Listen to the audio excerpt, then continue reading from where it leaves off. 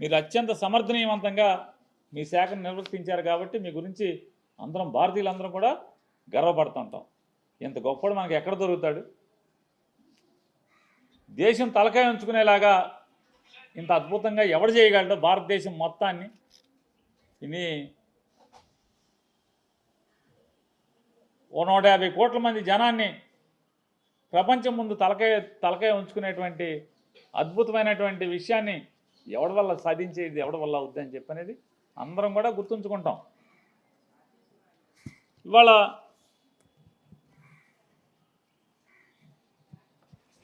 నారా చంద్రబాబు నాయుడు గారు ఎలా ఈ ఎయిర్పోర్ట్కి నారా చంద్రబాబు నాయుడు గారికి ఏంటి సంబంధం? నారా చంద్రబాబు నాయుడు గారు ఎన్నికలకు వెళ్ళిపోతూ దిగిపోయే ముందు మార్చిలో ఎలక్షన్లో ఫిబ్రవరి 14వ తారీఖున 2019 ఫిబ్రవరి 14వ తారీఖున భోగాపురం ఎయిర్పోర్ట్ కంట ఒక దిమ్మ కట్టాడంట. అసలు ఎంత మొదలెట్టాడు నారా చంద్రబాబు నాయుడు గారు? ముందు 5,000 ఎకరాలతో 5,500 ఎకరాలతో ఎయిర్పోర్ట్ అన్నాడు. 5,500 ఎకరాలు అన్నాక మళ్ళీ ఒక నెల, 2 నెలలు, 3 నెలలు గడిచినాయి.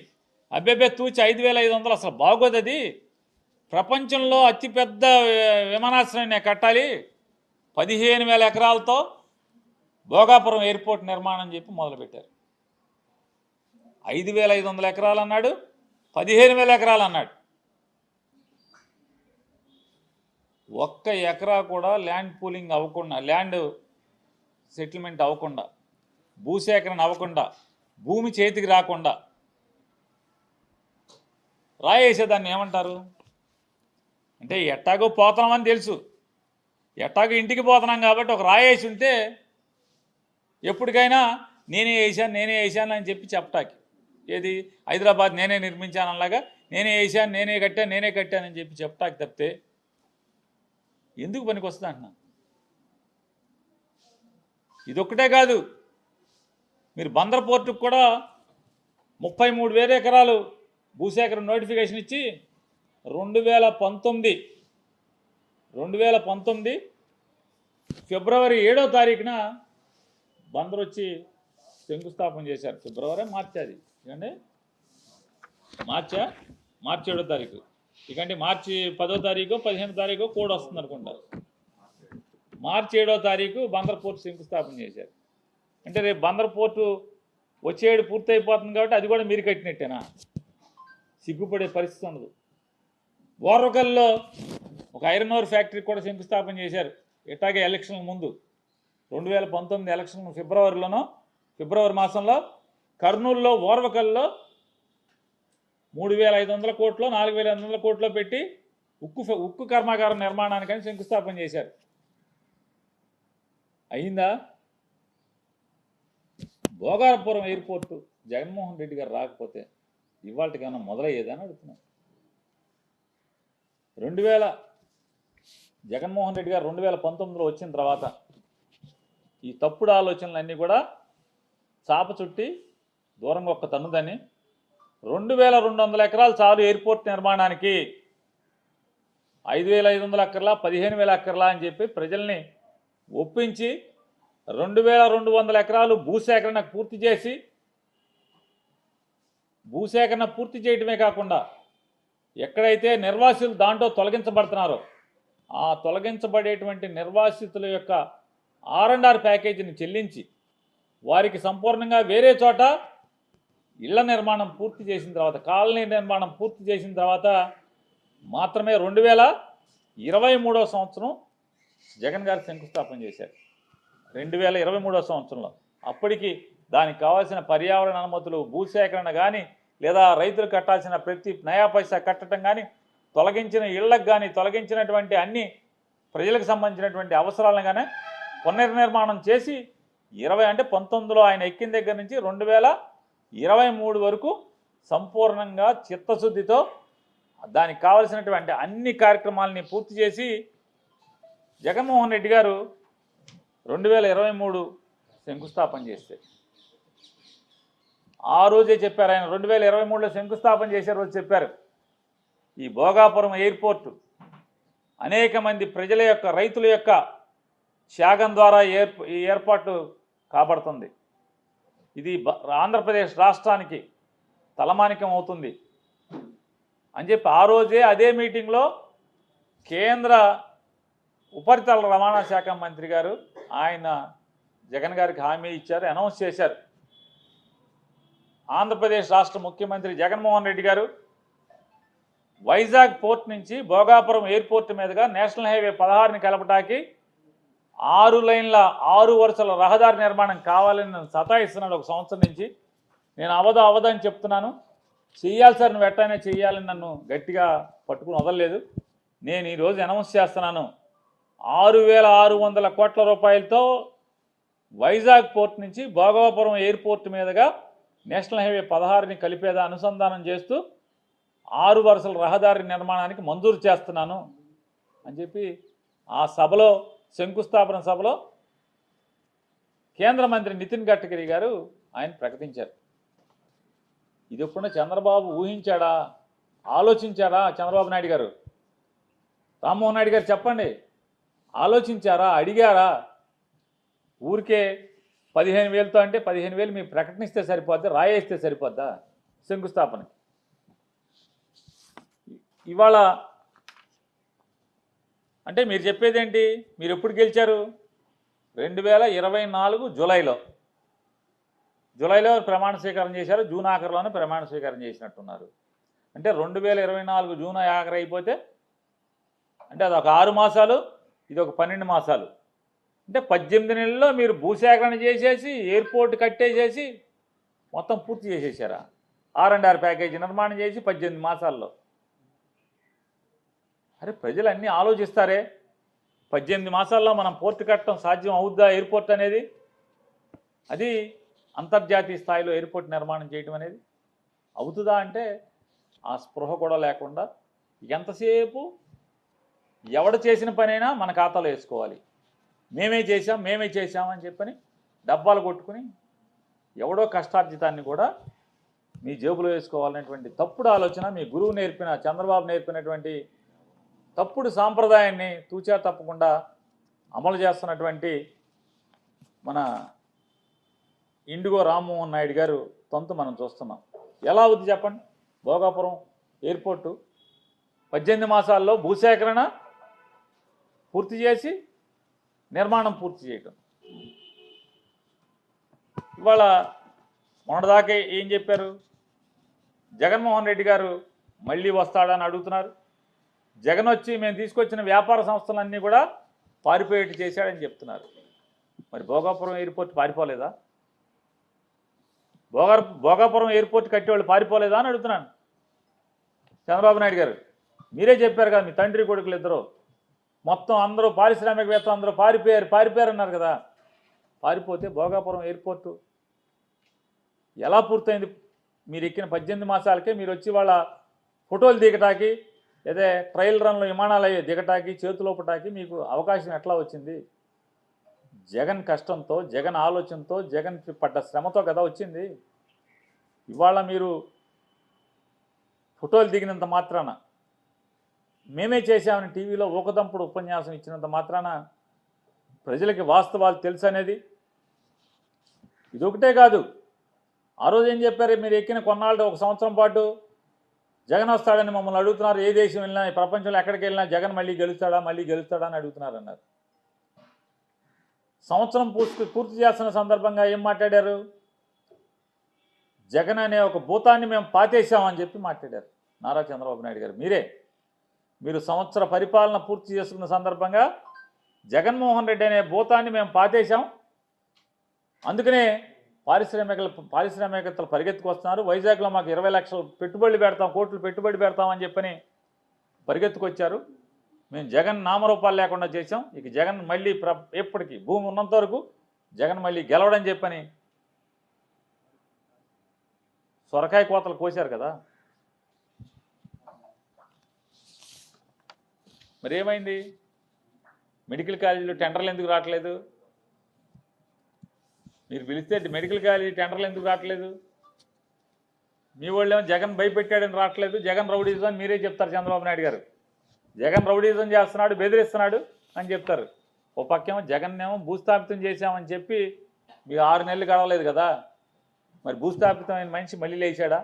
ఒకటి చెప్తాడు, జగన్ అనే భూతాన్ని సీసాలో పెట్టేసేసి లోపల పాతేసామన్నారు. అంటే జగన్ని పాతేయటం మీ వల్ల కాదు, మీరు 10 జన్మలు ఎత్తినా అవలేరనేది ప్రజలకు అర్థం కావట్లేదు అనుకుంటున్నారా? జనం గుండెల్లో ఉన్నటువంటి జగన్, జనబలం ఉన్నటువంటి జగన్, ప్రతి సామాన్యుడి ఇంట్లో ఫోటో రూపంలో ఉన్నటువంటి జగన్, ఎవరు మీలాంటి వాళ్ళు ఎంతమంది తలకిందులు తపస్సు చేసినా ఏమీ చేయలేరనేది మీకు అర్థం కావట్లేదా అని అడుగుతున్నాను. మీరు ఎన్ని సొరకాయ కోతలు కోసినా జగన్ని మీరు ఏమీ చేయలేరు. 2029వ సంవత్సరంలో జగన్మోహన్ రెడ్డి గారు ఈ రాష్ట్రానికి ముఖ్యమంత్రిగా రావటం ప్రజలు తమవాడిగా, తమ ఇంట్లో మనిషిగా మళ్ళీ గెలిపించుకోవటం ఖాయం. మీరు ఎన్ని విష ప్రచారాలు చేసి ఒకసారి మీరు లాభపడ్డారు, గెలుపొందారు. ఇక మీ ఆటలు సాగవని ప్రజలు ఇప్పటికే చెప్తున్నారు. ఇవాళ మెడికల్ కాలేజీల గురించి మాట్లాడుకున్నాం. ఆంధ్రప్రదేశ్ రాష్ట్రంలో ఎన్నికల ముందు వీళ్ళు ఏం చెప్పారు? తండ్రి కొడుకులు ఇద్దరు, నారా చంద్రబాబు నాయుడు గారు, లోకేష్ నాయుడు గారు, నాకు రోగం వస్తే పరిగెత్తు నిమ్స్కి వెళ్ళేవాడిని, నిమ్స్ హాస్పిటల్కి వెళ్ళి చూపించుకునేవాడిని అని చెప్పాడు. వైద్యం అనేది ప్రభుత్వ ఆసుపత్రుల్లో ఉచితంగా ఉంటేనే అద్భుతమైంది. మేము రాగానే గవర్నమెంట్ హాస్పిటల్ అన్నీ కూడా అద్భుతంగా చేస్తాం. జగన్మోహన్ రెడ్డి గారు ఏదో కొన్ని సీట్లు 30 సీట్లు 40 సీట్లు 12 లక్షలకు కొంత 20 లక్షలకు కొంత కొన్ని సీట్లు పెట్టాడు కాలేజీలు నడవాలని చెప్పని. కాలేజీలు ఎవరి దగ్గర చేయి చాపకుండా, ఎవరి మీద ఆధారపడకుండా, కాలేజీ కుంటుపడకుండా మెడికల్ కాలేజీ నడవాలని చెప్పని. అసలు అది కూడా లేకుండా మొత్తం 150 సీట్లు మేము ఉచితంగా 15,000 రూపాయల ఫీజుకి మేము చేసేస్తాం, జీవో ఇస్తామని చెప్పిన వీళ్ళు ఇవాళ 10 మెడికల్ కాలేజీలని, అంటే 17 మెడికల్ కాలేజీలు మొత్తం ముందు 10 అమ్మటం, తర్వాత మరొక 7 అమ్మటకానికి పెట్టినటువంటి పరిస్థితులు చూస్తే ముందేం చెప్పారు? ఓ అద్భుతం ఇచ్చేస్తున్నాం మేము, అద్భుతమైన ఇది అది అన్నారు. ముందు హాస్పిటల్ అంటే హాస్పిటల్ ఊసేత్తల, హాస్పిటల్ కూడా ఇస్తున్నామని చెప్పారు. ముందు 33 అన్నారు, ఇప్పుడు 66 అంటున్నారు. కానీ ప్రైవేట్లోనే అద్భుతంగా ఉంటుంది వైద్యం అని చెప్తున్నారు. గవర్నమెంట్లో వైద్యం బాగోదు అంటున్నారు. గవర్నమెంట్లో వైద్యం బాగోనప్పుడు మీరెందుకు ముఖ్యమంత్రిగా అని అడుగుతున్నాను. మీరెందుకు ముఖ్యమంత్రిగా ఉండాలి అని చెప్తున్నాను. అంటే మీ ఏలుబడిలో ఒక ప్రభుత్వ ఆసుపత్రిలో వైద్యం బాగోదు, ప్రైవేట్లో అయితేనే బాగుంటుందని చెప్పని మీ నాయకత్వం అసమర్థత నాయకత్వం అని చెప్పని మీరు చెప్పుకున్నప్పుడు ఇంకా మీరు ఆ కుర్చీలో కూర్చుంటాకి మీకు అర్హత ఎక్కడుంది చంద్రబాబు నాయుడు గారు అని అడుగుతున్నాను. ఇవాళ మెడికల్ కాలేజీలకి వచ్చే ముందు ఏం చెప్పారు? జగన్ని పాతేసాం, పాతాళంలో పాతేసాం, గొయ్యి తీసి గోతులో పాతి పెట్టామన్నారు. మీ కర్మకు ఇప్పుడు మెడికల్ కాలేజీ వచ్చింది, వెంటనే ప్రైవేటీకరణ. మేబీ మెడికల్ కాలేజీ అమ్మకానికి టెండర్లు పిలిస్తే ఒక్క టెండర్ రాలా. ఎందుకు రాలా? మరి జగన్ని పాతేసామన్నారు కదా. జగన్ పాతేసామంటే ఇప్పుడు ఎందుకు రావట్లేదు మెడికల్ కాలేజీలకి? మీరు చెప్పినటువంటి సొల్లు మాటలు. మీరు ఎలక్షన్లకు వెళ్ళినా ఏం చెప్పారు? కరెంటు ఛార్జీలు పెరగనివ్వను, కరెంటు ఛార్జీలు మీరు వాడుకున్న కరెంటుకే కాకుండా మీకు అదనంగా మీకు డబ్బులు వచ్చేట్టు చేస్తాను, మీ ఇంటికి కరెంటు అమ్మచ్చు, ప్రతి ఇంటోడు అమ్మచ్చు ఇంటి కరెంట్ అని చెప్పారు. మీకు డబ్బులు వచ్చేట్టు చేస్తున్నారు. ఇవాళ యూనిట్ ఎంతకి? 9 రూపాయలకే 10 రూపాయలకి అమ్ముతున్నారు ఈ యూనిట్. మీరు రాష్ట్ర ప్రజలకి గుదిబండ అవుతుంది మెడలో. ఇప్పుడు దాకా ఎన్ని వేల కోట్ల రూపాయలు ప్రజల మీద భారం వేశారు. అలాగే మీటర్లు బద్దలు కొట్టమన్నారు మీ అబ్బాయి. మీరు అయ్యే మీటర్లు మీరు ఇవాళ జనాలకి బిగిస్తున్నారు, కరెంటు మీటర్లని. ఏమన్నారు మరి? ఆ రోజు ఏమన్నారు, ఇవాళ ఏమన్నారు? ఓట్లు వేయించుకునేప్పుడు ఏమన్నారు? పవన్ కళ్యాణ్ గారు మీరు ముగ్గురు కలిసి వాలంటీర్లకి 10,000 రూపాయలు ఇస్తాం మమ్మల్ని నమ్మండి అన్నారు. ఆ వాలంటీర్లే లేకుండా పోయారు ఇవాళ. అంటే మీ మాటలు, మీ వాగ్దానాలు ఎంత అరచేతిలో వైకుంఠంలాగా ఉంటాయో. ఇవాళ టెండర్లో, మెడికల్ కాలేజీ టెండర్లో జగన్మోహన్ రెడ్డి గారు చెప్పాడు, ఈ పాపంలో, ఈ దోపిడీలో ఎవడికైతే పాలు పంచుకుంటారో చంద్రబాబు నాయుడుతో పాటు ఖచ్చితంగా చట్టాన్ని చట్టం మేరకు విచారణ చేయించి అందరినీ కూడా దోషులందరినీ లోపల ఇస్తా అని చెప్పారు. ఆఖరికి టెండర్లు వేసిన వాళ్ళు కూడా అని చెప్పారు. ఒక్కరు టెండర్లు వేయలేదు. దాంట్లో భూమి ఎకరానికి రూపాయి, 60-70 ఎకరాలని ఎకరానికి రూపాయలు ఇసుకిస్తాడు. హాస్పిటల్ ఫ్రీగా ఇచ్చేస్తాడు.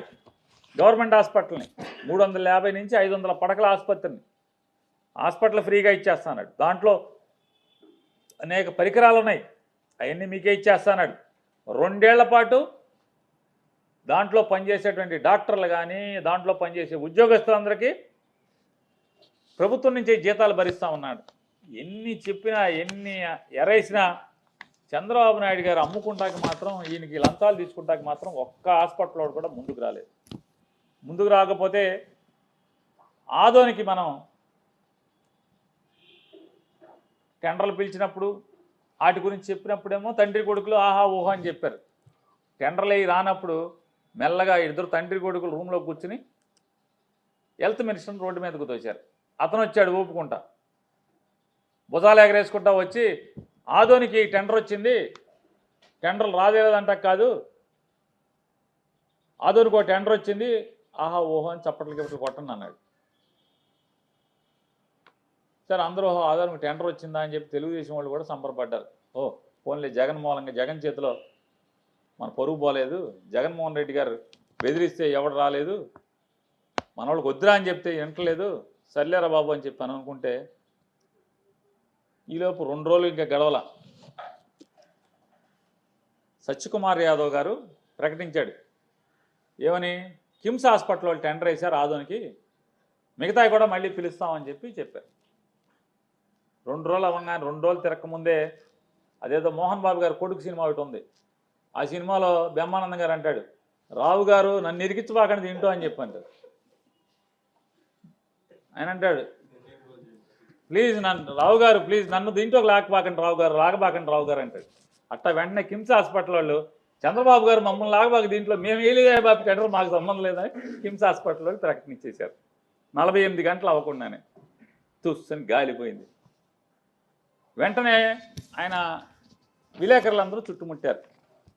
చుట్టుముట్టి ఏమయ్యా సత్యకుమార్ గారు, ఇదే నువ్వు ఏదో పెద్ద ఈరుడు సూర్యుడు, నువ్వు ఢిల్లీ మనిషి, ఢిల్లీ బాబాయ్ అనుకున్నావు, మోడీ ఒక జేబులో అమిత్ షా ఒక జేబులో ఉన్నాడు అనుకున్నావు, నువ్వు వస్తే నువ్వేంటా నువ్వు ఆ కిమ్స్ అన్నావు, కిమ్స్ నాకు సంబంధం లేదని ప్రకటించా అంటే అట్లా చెప్పాడా కిమ్స్ నాకు సంబంధం లేదని? అట్ట కాదులే, అయితే ఏంటది ఆయన పేరు ఏంటి ప్రేమ్చంద్ భోస్లేని ఏంటిది ఏదో షా అన్నాడు చివరి, అమిత్ షా చుట్టాలలాగా, అంటే అందరు కంగారు పడాలని, ఏంటి ఏదో షా, ఏం షా అది ఏంటి ప్రేమ్చంద్ బాద్షా కాదు, ఆయన పేరు ప్రేమ్చంద్ ఏదో ఉంది, ఏం షా, డాక్టర్ ప్రేమ్చంద్ షానా ఏదో ప్రేమ్చంద్ షా ఏదో చివరి షా, అమిత్ షా గారు చుట్టాలాగే షా అన్నాడు. వీళ్ళు మామూలుగా ఈ విలేకరులు కూడా మామూలు వాళ్ళు కాదు కదా, తొంటర్లు కదా, సార్ అదేంటి సంస్థ కదా రావాల్సింది, మీరు వ్యక్తి పేరు చెబుతున్నారు ఏంటి అని అడిగాడు. కిమ్స్ అన్నారు కదా, ఈ షా ఎవడో అని అడిగారు. ఏమయ్యా షా అంటే కిమ్స్ హాస్పిటల్లో పనిచేసే డాక్టర్ అయ్యా, ప్రేమ్చంద్ షా అని ఉన్నాడు, కార్డియాలజిస్ట్, అతను గుండె సంబంధించిన డాక్టరు, అతను కిమ్స్ డాక్టరు ప్రేమ్చంద్ షా. సార్ అతను సంస్థ కాదు కదా, మరి డబ్బులు ఎట్టా అంటే అతనికి నెట్వర్క్ ఉంది, ఓ పదం అదే, అతను బాగా నెట్వర్క్ ఉంది అతనికి, అతను అద్భుతం, అతను ఎరగొట్టేస్తాడు, కిమ్స్లో అసోసియేటెడ్ విత్ కిమ్స్ అని చెప్పి అన్నాడు. ఢిల్లీకి వెళ్ళి తిరుగుతాడు కదా, network, he's associated with KIMS, Premchand Shah doctor, ఇవన్నీ చెప్పాడు. అయిపోతే సార్ వాళ్ళేమో బ్రహ్మానందం గారిలాగా బాబు రావు గారు నన్ను లాక్కండి, నన్ను ఇన్వాల్వ్ చేయబాకండి అని చెప్పి వాళ్ళు తప్పుకుంటే, తీరా వచ్చాక అనుమానం వచ్చి కొట్టాం గూగుల్లో, ఈ డాక్టర్ ప్రేమ్చంద్ షా అనేవాడు ఎవడు అని. అసలు కిమ్స్ హాస్పిటల్లో 26 హాస్పిటల్స్ ఉన్నాయంట కిమ్స్కి, భారతదేశం మొత్తం మీద కిమ్స్ హాస్పిటల్కి 26 హాస్పిటల్స్ ఉన్నాయంట. 26 హాస్పిటల్లో ఒక్క ప్రేమ్చంద్ షా అనేవాడు డాక్టర్ లేడు. జోక్క సీరియసే, 26 హాస్పిటల్లో ఒక్క ప్రేమ్చంద్ షా డాక్టర్ అనేవాడు లేడు. అమ్మని ఇదేంటారు, డాక్టర్ ప్రేమ్చంద్ షా అనేవాడు ఆ కిమ్స్లో లేడా? ఏంటి కిమ్స్ డాక్టరు, గుండె డాక్టరు, నెట్వర్క్ ఉంది, హీజ్ అసోసియేటెడ్ విత్ కిమ్స్ అన్నాడు. కిమ్స్లో పని చేయట్లేదని చెప్పని సరే మేము బందర్లో ఒక నలుగురిని కలిసి ఛార్జీలు ఇచ్చి మొత్తం అన్ని హాస్పిటల్కి పంపించాం. మా వాళ్ళనే వెళ్ళారు, బాబు కనుక్కురండి ఒకసారి అసలు ఏ హాస్పిటల్ ఈ ప్రేమ్చంద్ షా అనేవాడు ఏ కిమ్స్లో ఏం చేస్తున్నాడని చెప్పని. ఎన్ని చోట్ల 26 సెంటర్లో వెళ్ళి ఎన్ని చోట్లకి వెళ్ళినా కూడా డాక్టర్లో ప్రేమ్చంద్ షా లేడండి. గుండె డాక్టర్ అసలే లేడు, అసలు డాక్టర్ లేడు, మత్తు డాక్టర్ కూడా లేడు, రక్త పరీక్షలు చేసే డాక్టర్ కూడా ప్రేమ్చంద్ షా అనేవాడు లేడు. ఏమండి పోనీ మీ గుమ్మస్తాలు ఎవరన్నా ఉన్నారండి? అసలు గుమ్మస్తా అనేవాడు ఎవడు ప్రేమ్చంద్ షా లేడు. ఏమండి పోనీ కాంపౌండర్ ఎవడన్నా ఉన్నాడండి? మేల్ నర్సులు ఎవడన్నా ఉన్నాడండి? అసలు మేల్ నర్సు కాదు, అసలు ఎవడూ లేడయ్యా. ఎవడన్నా ఇంకెవడన్నా ఉన్నాడండి అంటే పోనీ ఏమన్నా అటెండర్లు కానీ, అటెండర్లో కూడా ఎవడో లేడయ్యా. పోనీ ఏమన్నా టాయిలెట్లు అడిగేవాడు ఎవడన్నా అంటే ఎవడో ఒకడు ఉన్నాడండి ప్రేమ్చంద్ అని. షా లేదు అతనికి చివర అన్నారు.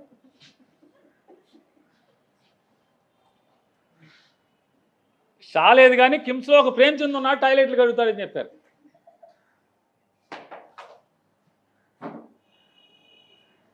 మొన్న కేసీఆర్ అంటేనేమో ఆంధ్రజ్యోతి రాధాకృష్ణ గారు పిసుకున్నాడు. ఇట్లా రబ్బర్ పసుపు బంతి ఉంటుంది కదా పిసుక్కోవటం అని మామూలుగా ఫిజియోథెరపీలో పిసుకుతారు, అట్లా పిసుక్కున్నాడు ఆంధ్రజ్యోతి రాధాకృష్ణ గారు. కేసీఆర్ మా బాబు గారిని ఇట్లా అంటాడా ఏమని? బిజినెస్ సమ్మిట్లో 5 స్టార్ హోటల్లో పనిచేసే వాళ్ళు తీసుకొచ్చి కోట్లేసి నుంచో పెట్టారని. అంతకేదో రామోజీరావు గారు పిసుక్కున్నాడు. ఎప్పుడు పాత రోజుల్లో 2004 ముందు రామారావుని పడేసిన తర్వాత చంద్రబాబు నాయుడుకి బిజినెస్ సమ్మిట్ అంటే ఏం లేదయ్యా. వేసాకాలానికి మన చలికాలం అప్పుడు నేపాల్ వాళ్ళు వచ్చి రోడ్ల పక్కన సెట్టర్లు అమ్మేవాళ్ళు, ఇప్పుడు అమ్మట్లో అప్పుడు అమ్మేవాళ్ళు. వాళ్ళకే తెచ్చి కోట్లు వేసేసి తీసుకొచ్చి సంతకాలు పెట్టి ఫోటో తీసేస్తున్నాడయ్యా చంద్రబాబు అని చెప్పి రాజశేఖర రెడ్డి గారు అనేవాడు. అప్పుడు సెట్టర్లు అమ్మేవాళ్ళని కోట్లు వేసి తీసుకొచ్చాయండి. ఇప్పుడేమో కేసీఆర్ అన్నాడు హోటల్లో కుక్కులను తీసుకొచ్చి హోటల్లో పనిచేసే వాళ్ళని తీసుకొచ్చి 5 స్టార్ వాళ్ళని కోట్లు వేసి సంతకాలు పెట్టి ఊరికే ఫోటోలు దిగుతున్నాడని చెప్తారు. ఇది కూడా అంతే కదా. కిమ్స్ హాస్పిటల్లో ఎవడ బాత్రూమ్లు కడిగే ప్రేమ్చంద్ ఏంటి, షా కూడా లేదంట. మరి ఆ షాతో మీకు టెండర్ వేయించుకోవడం ఏంటి నాకు అర్థం కాదు. నారా చంద్రబాబు నాయుడు గారు ఛాలెంజ్ చేస్తున్నా, కిమ్స్ హాస్పిటల్లో ప్రేమ్చంద్ షా అనే డాక్టర్ లేడు, ఉన్నారని కనుక మీరు ప్రూవ్ చేస్తే కిమ్స్ హాస్పిటల్తో సర్టిఫికేట్ ఇస్తే ఇదిగో ఇన్నాళ్ళని అతని పే స్లిప్ ఇన్ని సంవత్సరాల నుంచి మా దగ్గర జీతం తీసుకు పనిచేస్తున్నాడని ఆధారాలు కనుక మీరు బయట పెడితే నేను తలకాయ ఉంచి చంద్రబాబు నాయుడు గారికి క్షమాపణ చెప్తాను. క్షమాపణ చెప్తాక సిద్ధంగా ఉన్నాను.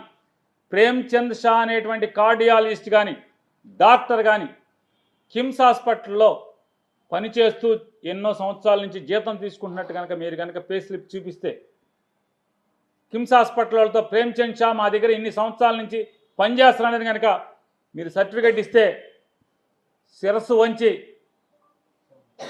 మీకు క్షమాపణ కోరుతాను. నేను తప్పు మాట్లాడాను, తప్పండి. నేను మీకులాగా మీరు జగన్ మీద బురదేసినట్టు, ఆంధ్రజ్యోతి రాధాకృష్ణ గారు బురదేసినట్టు, ఈనాడు రామోజీరావు గారు అబ్బాయి బురదేసినట్టు, చంద్రబాబు నాయుడు గారి కొడుకు నారా లోకేష్ నాయుడు బురదేసినట్టు, అలాగే మీ మిత్రుడు పవన్ కళ్యాణ్ బురదేసినట్టు నేను కూడా వేసానండి, నాది తప్పు మన్నించండి అని చెప్పి కోరుకుంటాను. నేను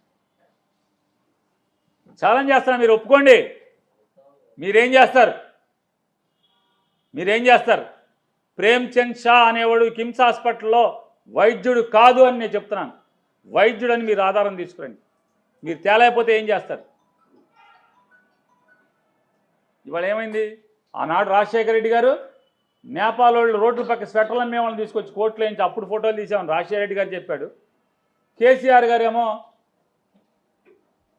అంతకితం చెప్పాడు 14-19లో నువ్వు స్టార్ హోటల్లో పనిచేసే కుక్కులను తీసుకొచ్చి కోట్లేసి ఫోటోలు దిగామని చెప్పాను ఆయన చెప్పాడు. మరి ఇవాళ కిమ్స్ హాస్పిటల్లో దొడ్లు గడిగే వాళ్ళని తీసుకొచ్చి నువ్వు డాక్టర్ అని చెప్పి చెబుతున్నావు అని చెప్పి అనేది మరి ఏమనాలి? అంటే అలవాటైన వ్యవహారమా? ఎవరిని మోసం చేద్దామని, అంటే ఎవడో ఒక టాయిలెట్లు గడిగే వాడిని అడ్డం పెట్టి హాస్పిటల్ ఇచ్చేద్దాం, దోచేద్దామని చెప్పండి.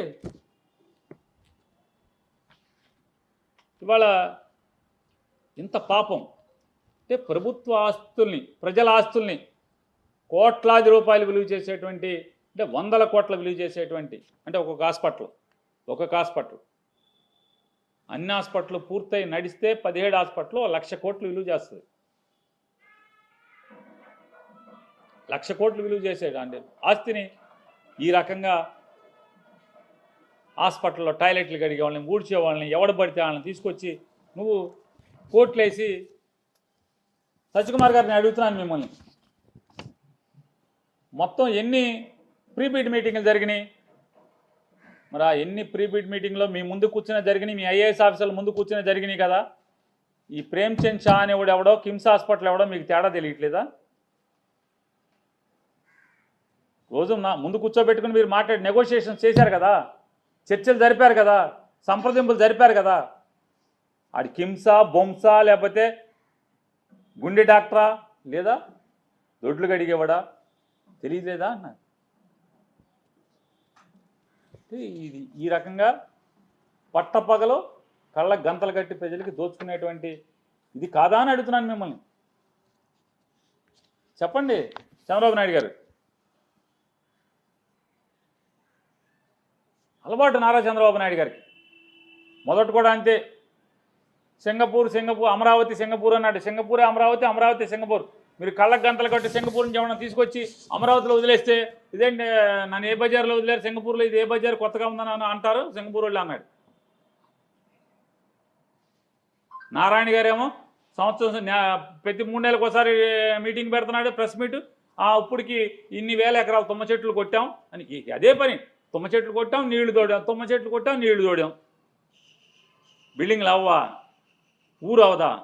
వాళ్ళేం ఫ్లాట్లు ఇవ్వలేదని ఏడుస్తున్నారు. ఫ్లాట్లు ఇవ్వలేదని ఏడుస్తున్నారు. ఇది చాలకి ఇంకా ఇవాళ 1000 హెక్టార్లు స్పోర్ట్స్ సిటీ, 1000 హెక్టార్, 2000 హెక్టార్లు. ఆ సిటీ 2000 హెక్టార్లు. ఎడ్యుకేషన్ హబ్ 2000 హెక్టార్లు. ఆ సిటీ ఇట్లా ఇన్ని 1000 హెక్టార్లని పంచిపెట్టేశారు కదా. ఎవడు ఒక్కడన్నా కట్టాడా అని అడుగుతున్నాను. ఇవాళ మళ్ళీ భూమి లేదు ఎయిర్పోర్ట్కి అంటున్నారు. ఉన్న భూమిలో కట్టచ్చు కదా అని అడుగుతున్నాను.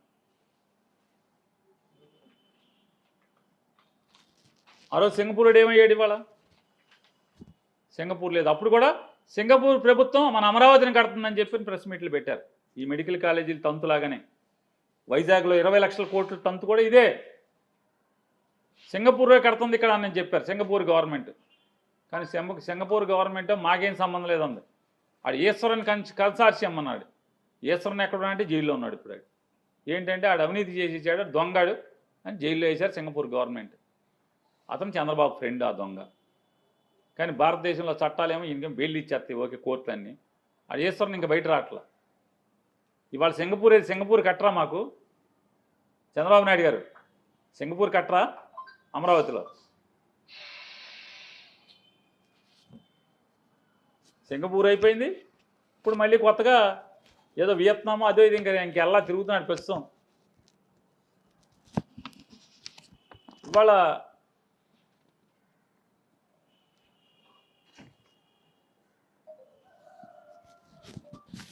ఇవాళ ఈ మెడికల్ కాలేజీ తంతు ఈ రకంగా ఉంటే చూసాం కదా ఎంత దోపిడి. అంటే పట్టపగలు ప్రజలకి కళ్ళ గంతలు కట్టి నిర్భీతిగా, నిర్భయంగా గుండెలు తీసిన దొంగలాగా వీళ్ళు దోచుకునేటువంటి కార్యక్రమం మనం చూస్తున్నాం. ఇది ఇట్లా ఉంటే ప్రభుత్వ ఉద్యోగులకి 1వ తారీఖు జీతం అన్నారు, ఊరిచ్చారు. సిపిఎస్ అన్నారు,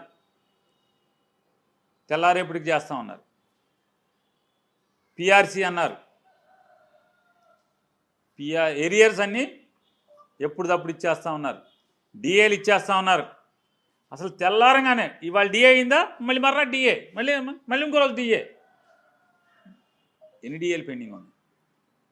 పిఆర్సీ ఏరు, ఐఆర్ ఎవరో ఏమి ఇవ్వకపోగా ఆ మాస్టర్లు గారు ఉన్నారు, పండితులందరూ, టీచర్లు, జగన్మోహన్ రెడ్డి అండి మా మీద కక్ష కట్టండి, ప్రవీణ్ ప్రకాష్ని అండి మా మీదకి వదిలేశాడండి ప్రవీణ్ ప్రకాష్ని అని ఎక్కడక్కడ అంటావా సీఎం అంటావా సీఎం అన్నారు. ప్రవీణ్ ప్రకాష్ అన్నారు, ఇన్ని మాటలు మాట్లాడారు. ఇవాళ ఉన్నటువంటి రాజుగారు మీరే చెప్పండి, మీ మనసుతో టీచర్లని అడుగుతున్నా, ఎన్ని వేల మంది ప్రవీణ్ ప్రకాష్లు అయితే ఈ రాజుగారు అవుతాడు? మీరు చెప్పండి. చంద్రబాబు నాయుడు గారు మరి మీ మీద ముసలి కన్నీరు కార్చాడు కదా, కపట ప్రేమ చూపించాడు కదా, జగన్మోహన్ రెడ్డి గారి మీద విషప్ మాటలు మీ మెదడులో ఎక్కించాడు కదా ఉద్యోగ సంఘాలకి, టీచర్లకి. ఇవాళ మరి రాజుగారిని మీ మీదకు వదిలేసింది ఎవరు? టీచర్లను అడుగుతున్నాను నేను. ఈ రాజుగారిని వదిలేసింది మీ మీదకు వదిలేసింది ఎవరు? మళ్ళీ ఇవాళ గోరు చుట్టు మీద రోకటి పోట్లాగా ఇన్ సర్వీస్ టెట్ అంటున్నారు. ఇన్ సర్వీస్ టెట్ అంట. మీ విద్యాశాఖ మంత్రి గారు చాలా కబుర్లు చెప్పాడు. ఇవాళ కనీసం టీచర్ల సంఘాలకి చర్చించడానికి కనీసం అపాయింట్మెంట్ ఇస్తున్నాడా అని అడుగుతున్నాను.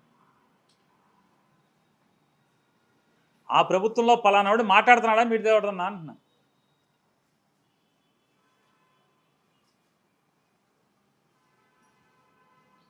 ఒకటో తారీఖు జీతం ఎంతమందికి పడుతుంది? ఎంతమందికి పడుతుంది అన్న ఒకటో తారీఖు?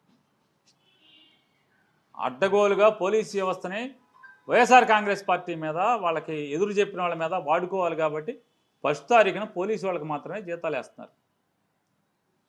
ఫస్ట్ తారీఖున జీతం పోలీసు వాళ్ళకి తప్పితే మిగతా ఎవరికి ఇట్లే అందరికీ వేసుకుంటా 4వ తారీఖు, 5వ తారీఖు, 10వ తారీఖు, 11వ తారీఖు, 12వ తారీఖు దాకా జీతాలు వేస్తూనే ఉన్నారు.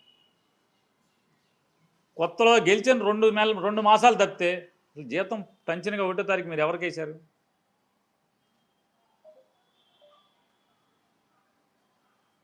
ఎంత భారతదేశ చరిత్రలోనే ఎక్కడా మనకు చూడం. పోలీసు వాళ్ళకి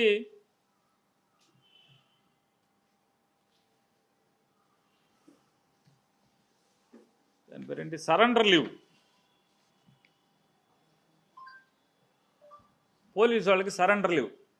మీరు ఎక్కాక అసలు సరెండర్ లీవ్ ఇచ్చారా? జగన్మోహన్ రెడ్డి గారు ఎన్నికలకు ముందు కోడొచ్చేప్పటికీ ఆయన రెడీ చేసి పెట్టినటువంటి సొమ్ము తప్పితే, పోలీసులకు ఇవ్వాల్సినటువంటి సరెండర్ లీవ్ పెట్టి అప్పచెప్పడం తప్పితే, కోడయ్యాక ఆ డబ్బులు దాంట్లో జమ పడతాం తప్పితే ఇంతవరకు మీరు పోలీసులకి సరెండర్ లీవ్ ఇచ్చారా? పోలీస్ కానిస్టేబుల్స్కి అడ్డగోలుగా మమ్మల్ని ఎరగొట్టిస్తున్నారు, మమ్మల్ని తన్నిస్తున్నారు, మమ్మల్ని లోపల ఇస్తున్నారు, మా మీద తప్పుడు కేసులు కట్టి పోలీసుల్ని విచ్చలవిడిగా వాడుకుంటున్నారు కదా. మమ్మల్ని రోడ్డు ఎక్కకుండా మమ్మల్ని ఇళ్లలోనే కట్టేయిస్తున్నారు, లేకపోతే రోడ్డు మీద కనపడితే లాఠీ చార్జ్ చేయిస్తున్నారు, తన్నుతున్నారు కదా మమ్మల్ని. పాపం వాళ్ళు ప్రభుత్వంలో ఎవడుంటే వాళ్ళు పాపం పోలీసులు ఏం చేస్తారు? పోలీసులు రాజమౌళి సినిమాలో కట్టప్ప లాంటి వాళ్ళు, ఆ కుర్చీలో ఎవడు కూర్చుంటే ఆడికి దాసోహం అంటారు, అంటే వాళ్ళకి నమస్కారం కొడతారు. వాళ్ళు ఏం చేయమంటే చేసే పరిస్థితులు వాళ్ళు ఉన్నారు. వాళ్ళకి ఏం చేశారని చెప్తున్నాను. సంవత్సరానికి 3 సార్లు సరెండర్ లీవ్ వేయాలి కదా మీరు. సంవత్సరానికి 3 సార్లు సరెండర్ లీవ్ వేసేటువంటి సాంప్రదాయం కదా, ఆనవాయితీ కదా. వేశారా? జనవరిలో, జూన్లో, నవంబర్లో 3 సార్లు వేయాలి కదా. ఎందుకేరు? జగన్ పోగు చేసి వెళ్ళిన డబ్బులు తప్పితే మీరు తర్వాత నయా పైసా సరెండర్ లీవ్ వేయలేదే. ఎందుకు వేయలేదని అడుగుతున్నాను. ఏయిరా?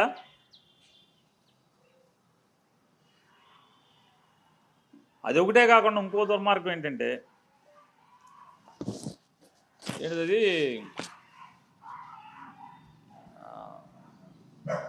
ఒక టీఏ ఇస్తాను, అది కూడా 50-50 అండి. 50-50. నవంబర్ 1వ తారీఖు సగం, డిసెంబర్ 1వ తారీఖు సగం. డిసెంబరా జనవరా? ఏమండి, నవంబర్ 1, డిసెంబర్ 1,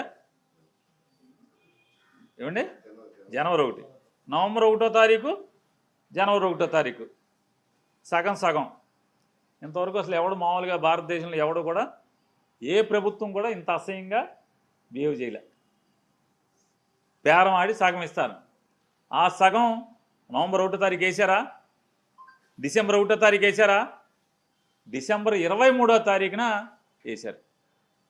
డిసెంబర్ 23వ తారీఖున సగం, జనవరి 1 అయిపోయింది, వేశారా అని అడుగుతుంది. మీరు మాత్రం తండ్రి కొడుకులు ఇద్దరు ఎంజాయ్, జనవరి 1 హ్యాపీ న్యూ ఇయర్ నానా అని ఎంజాయ్ చేసుకుంటాకి ఫారెన్ వెళ్ళిపోతారు స్పెషల్ ఫ్లైట్లో.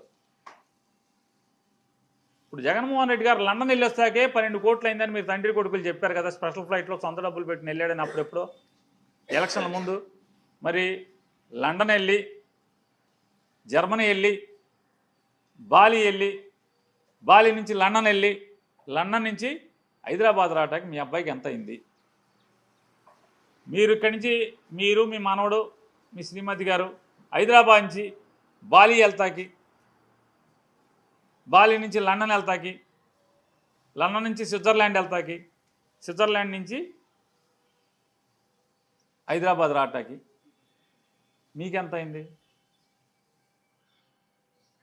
పోలీసులకు మాత్రం ఇస్తా అన్న ₹10 మాత్రం ఎవరు టీఏ, మీరు మాత్రం జనవరి 1కి మాత్రం సంబరాలు చేసుకుంటా వెళ్ళిపోతారు.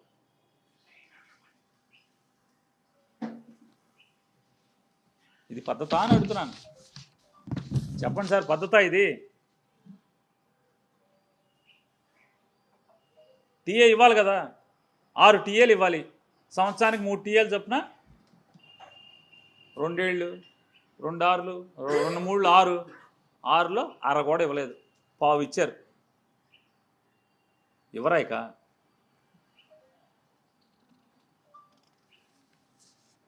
ఇవ్వకపోగా అంటే 3 సరెండర్లు ఇవ్వు సంవత్సరానికి, అది ఇవ్వు, టీఏలు ఇవ్వు. ఇవ్వకపోగా ఇంకోటి కూడా పోలీసులకి మోటార్ సైకిల్ ఉందనుకోండి, మోటార్ సైకిల్ ఉంటే ఒక్కొక్క మోటార్ సైకిల్కి 25 లీటర్ల పెట్రోల్ ఇవ్వాలి, 25 లీటర్ల పెట్రోల్ ఇవ్వాలి. పేరు నానిగాడినో, కొడాల నానినో, వంశీనో, లేకపోతే పిన్నెల రామకృష్ణారెడ్డినో, మన నందిగం సురేష్నో, జోగి రమేష్నో, ఇట్లాంటి వాళ్ళని ఎత్తేయాలంటే బస్సుల్లో పోలీసులు వెళ్ళాలి, జీబుల్లో చాలదు కదా, బస్సుల్లో వెళ్ళాలి. బస్సులో వెళ్ళాలంటే మరి బస్సుకి 140 నుంచి 150 లీటర్లు డీజిల్ కావాలి నెలకి, అది కక్కుర్తిగా వెళ్తే. పోలీస్ ఎస్ఐ గారి జీబు, సిఐ గారి జీబు, డిఎస్పీ గారి జీబు, ఎస్పీ గారి జీబు, డిఐజీ గారికి ముందు ఒకటి వెనక ఒకటి, డీజీపీ గారికి ముందు 2 వెనక 2, కమిషనర్ల నగర కమిషనర్లకు ముందు 2 వెనక 2, వీటన్నిటికీ 120 నుంచి 140 లీటర్లు కావాలి. అసలు డీజిల్ ఇచ్చిన పాపాన పోయారా మీరు అడుగుతున్నాను. రాష్ట్ర వ్యాప్తంగా ఉన్నటువంటి పోలీస్ కానిస్టేబుల్ తిరిగేటువంటి మోటార్ సైకిల్కి నెలకి 25 లీటర్ల డీజిల్ డబ్బులు ఇవ్వాలి మీరు. నయా పైసా 25 పైసలు పంపించారా అని అడుగుతున్నాను. రాష్ట్ర వ్యాప్తంగా ఎన్ని మోటార్ సైకిళ్ళు ఉంటాయి? వేల మోటార్ సైకిళ్ళు ఉంటాయి కదా. ఈ బస్సులు అయితే ఏది మమ్మల్ని ఎత్తు లోపలైతే వైసీపీ వాళ్ళని మాటకి ఎత్తి ఎక్కడున్నాడు ఎత్తుకురండి అని చెప్పి గబాలన బస్సులు పంపిస్తాక ఆ బస్సులు పంపటానికి రాష్ట్రంలో ఒక 200-300 బస్సులు ఉంటాయేమో కదా, లేదా 400 బస్సులు 300 బస్సులు ఉంటాయి అనుకో. వాటికి ఆయిల్ కొట్టిస్తున్నారా అని అడుగుతున్నాను. ఎస్ఐల్ని సిఐల్ని మీ ఇష్టారాజ్యంగా వాడుకుంటున్నారు కదా. పవన్ కళ్యాణ్ మర్చిపోయిన వీళ్ళకి చెప్పొద్దాం పోలీసులకి, వెంటనే మళ్ళీ పోలీసు డీజీపీ గారికి వాళ్ళకి కోపం వస్తే దొంగనాయాలని పేరు నాని గారు చూడండి మా గురించే చెప్తున్నాడు. వాళ్ళు రాజకీయ నాయకులు కదా. నారా లోకేష్ నాయుడికేమో 7 జీబులు, పవన్ కళ్యాణ్ గారికి ఏమో 12 జీబులు, చంద్రబాబు నాయుడు గారికి ఏమో 20 జీబులు తిరుగుతున్నాయి కదా, వాటి గురించి చెప్పడా అని అడుగుతాడు మళ్ళీ డీజీపీ గారు. మరి వీటన్నిటికీ ఆయిల్ అంటే మీరెక్కి ఇప్పటికీ దాదాపుగా రేపు జూన్ వస్తే అంటే ఇంకొక 5 నెలలు పోతే 2 ఏళ్ళు అవుద్ది. నయా పైసా పోలీసులకి, పోలీస్ కానిస్టేబుల్స్కి, సబ్ ఇన్స్పెక్టర్లకి నయా పైసా డీజిల్ ఖర్చు అవ్వలేదు మీరు. అంటే ఏంటి, ఎక్కడి నుంచి వీళ్ళు అంటే ఏంటి దీని అర్థం? ఏంటి దీని అర్థం? చాలా టీవీల్లో పేపర్లో ఇట్టాకి దరిద్రం మళ్ళీ కోపం వస్తుంది యాజమాన్యాలకి. విలేకరులను పెడతారు, జీతం ఎవరు? ఎట్టా బతకాలి అంటే దాని ఇండికేషన్ ఏంటి? మీరు చాకరీ చేయించుకుంటారు, విలేకరులని చాకరీ చేయించుకుంటారు, జీతం ఎవరు? ఎట్టా బతకాలి? పెళ్ళాం పిల్లలకి భోజనం ఎట్టా పెట్టాలి? పిల్లలకి ఫీజు ఎట్టా కట్టాలి? స్పృహ ఆలోచన చేయరా? సమాజానికి నీతులు చెప్తారు, పెత్తోటి బొక్కలు ఎత్తుకుతారు. అట్లాగే ఈ ప్రభుత్వం చంద్రబాబు నాయుడు గారు కూడా పోలీసులకు ఏం చెప్తుంది? ఆయిల్ ఎక్కడి నుంచి తేవాలి అంటే జనాన్ని కొట్టుకురమ్మనే మీరు చెప్పేది. 2 సంవత్సరాల నుంచి కానిస్టేబుల్స్కి అయితే జీతంలోంచి వాడాలి, లేదా ఎవరినొకరిని కొట్టుకురావాల్సిందే కదా. అంటే ఏం చెప్తున్నావు నువ్వు ఈ సమాజానికి? అందుకే పోలీస్ వ్యవస్థ దిగజారిపోతుంది. కేంద్ర ప్రభుత్వం చెప్తుంది ఆంధ్రప్రదేశ్ రాష్ట్రంలో పోలీసు వ్యవస్థ పునారిల్లిపోతుంది, గతం ఎంతో మేలు, గతం ఎంతో ఘనం, ఇప్పుడు మొత్తం దాన్ని పాతాళానికి తొక్కేస్తున్నారు వీళ్ళిద్దరు తండ్రి కొడుకులు అని చెప్పని కేంద్ర ప్రభుత్వం చెప్తుంది. ఇంతవరకు వేరే రాష్ట్రంలో ఎక్కడో బీహార్లో ఉత్తరప్రదేశ్లోనో ఎక్కడో పోలీసులు తిరుగుబాటు వచ్చింది తప్పితే ఇంతవరకు పోలీసులు ఎక్కడా కూడా ఎన్ని బాధలన్నా పడతారు, ఎన్ని కష్టాలన్నా పెడతారు, జీతం ఇచ్చినా ఇవ్వకపోయినా పనిచేస్తారు తప్పితే ఇంతవరకు తిరుగుబాటు రాలా. రాబోయే రోజుల్లో నారా చంద్రబాబు నాయుడు గారు మీరు ఇట్లాగే పోలీస్ కానిస్టేబుల్స్ని ఎస్ఐల్ని ఏడిపిస్తూ ఉండండి, డీజిల్కి కూడా డబ్బులు ఇవ్వబాకండి. ఏదో రోజు సహాయ నిరాకరణ మీ మీద తిరుగుబాటు రాకపోతే మాత్రం ఈ ప్రభుత్వం మీద పోలీసులందరూ కలిసి తిరగబడపోతే అప్పుడు అడగండి. మీరు హోంగార్డులు నిజంగా వాళ్ళకి పెన్షన్ ఉండదు, ఏముండదు కదా. హోంగార్డులకు ఏం చెప్పారు మీరు? అరిచేతిలో వైకుంఠం చేయించారు హోంగార్డులకి. మిమ్మల్ని కానిస్టేబుల్ చేసేస్తాం. జగన్మోహన్ రెడ్డి మిమ్మల్ని అట్టాకు ఉంచాడు, ఊరికే జీతమే పెంచాడు మీకు. జగన్మోహన్ రెడ్డి కేవలం జీతం పెంచాడు, మేము నిన్ను కానిస్టేబుల్ చేసేస్తామన్నారు. కానిస్టేబుల్ సంగతి దేవుడు ఎరుగు. జగన్ పెంచిన జీతం మీద ₹1 అయినా పెంచారా మీరు అని అడుగుతున్నాను. అడ్డగోలుగా వాడుకోవడం తప్పితే హోంగార్డులని ఒక నయా పైసా జీతం పెంచారా? వాళ్ళకి సౌకర్యాలైనా పెంచారా? ప్రభుత్వ పథకాలు ఏమైనా వచ్చేట్టు ఏమన్నా మీరు పథకాలు ఇచ్చేది కూడా లేదు కదా. ఫీజు రీంబర్స్మెంట్ లేదు, పోనీ పిల్లల చదువుల కంటే ఏమి ఇచ్చారు హోంగార్డులుగా అడుగుతున్నాను. ఇక్కడ చేపించి ఇక్కడ దాకా తీసుకెళ్లారు తప్పితే మీరు హోంగార్డులని చేపించి ఇక్కడ దాకా తీసుకెళ్లారు. ఇంకంతమంది మీరు చేసింది ఏంటి హోంగార్డులకి? ఎన్ని వేల మంది హోంగార్డులు ఉన్నారు? చేయరా హోంగార్డులకి? ఏమి చేస్తా అని చెప్పారుగా, మిమ్మల్ని అందరినీ కానిస్టేబుల్ చేస్తామని చెప్పారుగా, చేయరా? నారా చంద్రబాబు నాయుడు గారి చరిత్రలో ఏది చూసినా అసత్యాలు, మాయమాటలు, మోసాలు, బురిడీలు, ఏ మార్చటాలు, ఎవడో చేసిన పని తన ఖాతాలు వేసుకోవటం, ఏదో అన్న సామెతగా గాలికి పోయే పేలాలు పని కృష్ణార్పణం అన్నట్టుగా ఎయిర్పోర్ట్ అయిపోయేప్పటికి ఉన్నాగా వచ్చి నుంచుని ఫోటో దిగి నేనే కట్టాను. రేపు బందర్ పోర్ట్ కూడా అంతే, వచ్చేడు అయిపోతుంది కదా వచ్చి నేనే కట్టాను. ఇటువంటి తప్పుడు పనులు మానేయమని చెప్పని, ప్రభుత్వ ఉద్యోగులకి ఐఆర్ఎమ్మని, ప్రభుత్వ ఉద్యోగులకి పిఆర్సీ తక్షణమే నియామకం చేయమని చెప్పని, ఒకవేళ పిఆర్సీ నియామకం చేయటం 4 రోజులు ఆలస్యమైన తక్షణం ఐఆర్ఎమ్మని చెప్పని, అలాగే కానిస్టేబుల్స్కి ఇవ్వాల్సినటువంటి ఏరియాస్ మొత్తం అడగచ్చు. మీరు ఎవరన్నా రామోజీరావు గారు అబ్బాయో లేకపోతే రాధాకృష్ణ గారో ఏమయ్యా మీ జగన్ ఇచ్చాడని, ఎస్ పోలీసుకి జగన్మోహన్ రెడ్డి గారు దిగేప్పటికీ మొత్తం ఏరియర్స్ ఏది బాకీ లేదు, ఎప్పుడు తప్పుడు వేశాడు. డీజిల్ ప్రతిదీ పంపించాడు, ప్రతి నయా పైసా డీజిల్ పంపించాడు. 11 ఉద్యోగస్తులకు 11 డిఏలు వేశాడు. అతను 5 ఏళ్లలో, జగన్మోహన్ రెడ్డి గారు 5 ఏళ్లలో 11 డిఏలు వేశాడు. షేర్ చేయండి, లైక్ చేయండి, సబ్స్క్రైబ్ చేయండి. మరిన్ని వీడియోల కోసం బెల్ సింబల్ పై క్లిక్ చేయండి.